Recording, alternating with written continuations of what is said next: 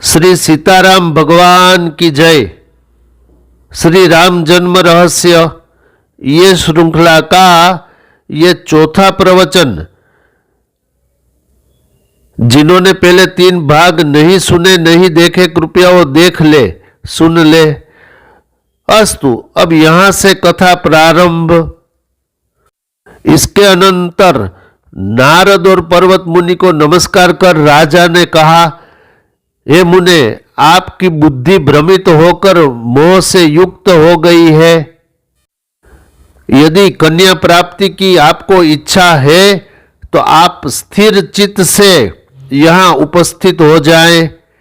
राजा की ऐसी बात सुनकर वे दोनों मुनि श्रेष्ठ राजा से बोले, तुमने ही यही भ्रामक स्थिति उत्पन्न कर दी।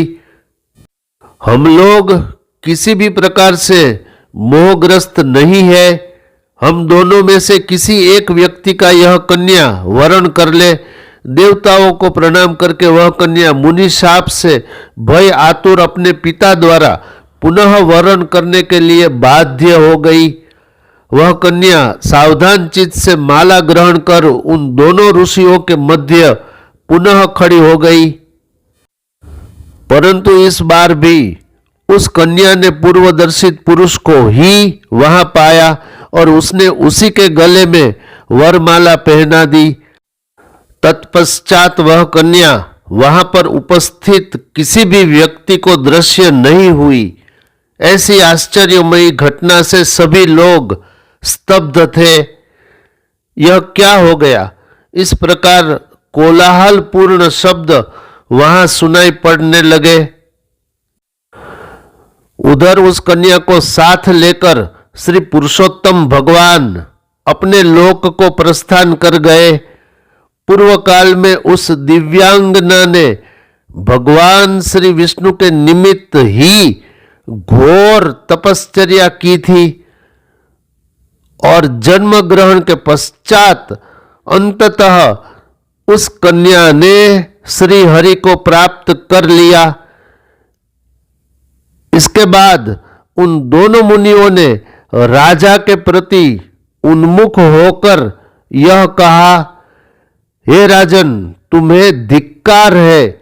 ऐसा कहकर वे दोनों अत्यंत दुखित हुए और विष्णु लोक को चल पड़े। उन दोनों ऋषियों को अपने निकट आते देखकर भगवान श्री जनार्दन ने श्रीमती से कहा, तुम अपनी आत्मा का गोपन कर लो, क्योंकि ये दोनों मुनि श्रेष्ठ इधर ही आ रहे हैं। श्री हरि के ऐसा कहने से श्रीमती ने अपनी स्वाभाविक रूप को ढक लिया। नारद जी प्रणाम करके श्री हरि से बोले, आपने मेरा और पर्वत मुनि का यह कैसा रूप बना दिया? हे गोविंद, निश्चय ही आपने उस कन्या का अपहरण कर लिया। उनकी बात सुनकर भगवान श्री विष्णु ने अपने कानों को बंद कर लिया तथा उनसे कहा, हे भगवान, आप यह कैसी बातें कर रहे हैं? आपकी बातों में तो काम पिपासा ही झलक पड़ रही है। आपका इस प्रकार कहना सर्वथा ही मुनिवृत्ति के विपरीत है। श्री हरि के इस प्रकार कहने पर नारद मुनि ने उनके कानों में कहा, आपने मेरी मुखाकृति वानर जैसी कर दी। नारद की बात सुनकर परम बुद्धिशाली भगवान नारायण ने उनके कानों में कहा, आपने ठीक ही कहा है। मैंने आपका मुख वानरवत कर दिया है। हे विप्र, मैंने आपके समान ही पर्वत मुनि का भी मुखमंडल वानर जैसा कर रखा है।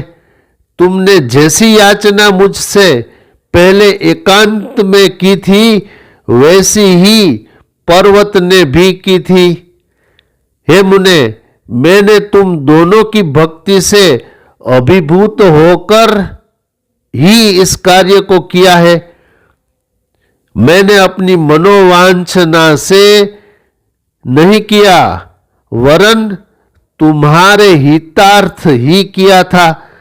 मेरा भक्त मुझसे जो कुछ भी कामना करता है मैं उसे पूर्ण कर दिया करता हूं। इस कार्य के निमित्त मेरे या तुम्हारे ऊपर कोई दोषारोपण नहीं किया जा सकता। पर्वत से पूछने पर उन्होंने भी यही इच्छा व्यक्त की थी। उसके बाद भगवान श्री कृष्ण ने उन दोनों को लक्ष्य करके कहा, मैं अपने आयुधों की शपथ लेकर सत्य ही कह रहा हूं कि इस कार्य के द्वारा आपका प्रत्येक दृष्टिकोण से हित साधन ही हुआ है। उनकी बात सुनकर धर्मनिष्ठ नारद जी उनसे पूछने लगे, हम दोनों के बीच द्विभुजधारी वे कौन पुरुष था धनुषधारी जिन्होंने उस श्रीमती कन्या का हरण कर लिया था? नारद के प्रश्न का उत्तर देते हुए श्री हरि ने उनसे कहा, हे मुनि श्रेष्ठ, जगत में अनेक मायावी प्राणियों का वास होता है। उन्हीं में से किसी ने यह निंदनीय कार्य किया होगा। तत्पश्चात नारद से भगवान श्री नारायण ने कहा, आपको तो ज्ञात है कि मैं तो चतुर्भुज एवं चक्रधारी हूं, अतः इस कार्य में मेरा कोई क्रियाकलाप नहीं हो सकता। यह बात सुनिश्चित है। श्रीहरि की बातों से संतुष्ट होकर उन दोनों मुनियों ने उन्हें प्रणाम करके कहा, हे जगतपते, हे विभु, निश्चय ही इसमें आपका थोड़ा सा भी दोष नहीं है। उन दोनों ऋषियों ने कहा, वह राजा ही दुरात्मा है, कदाचित उसने ही कोई माया रची होगी। ऐसा कहकर वे दोनों वहां से प्रस्थित हुए। तदनंतर राजा अम्बरीश के निकट आकर उन्होंने शाप देते हुए अम्बरीश से कहा, जिस समय मैं पर्वत के साथ इस स्थान में आया था उस समय तुमने मुझे बुलाकर भी अपनी कन्या को माया जाल फैलाकर अन्य व्यक्ति के हवाले कर दिया। अतः अब से तुम अज्ञान के वशवर्ती हो जाओ, तुम्हें अपनी आत्मा का साक्षात्कार नहीं हो सकेगा। राजा को इस प्रकार शापित करके वहां अज्ञान अंधकार छा गया। जब वह अंधकार राजा की ओर अग्रसर होने लगा तभी वहां पर भगवान विष्णु के सुदर्शन चक्र का प्रकट हो गया। उस चक्र से भयाकुल होकर वह अंधकार अब उन दोनों मुनियों के ओर दौड़ने लगा।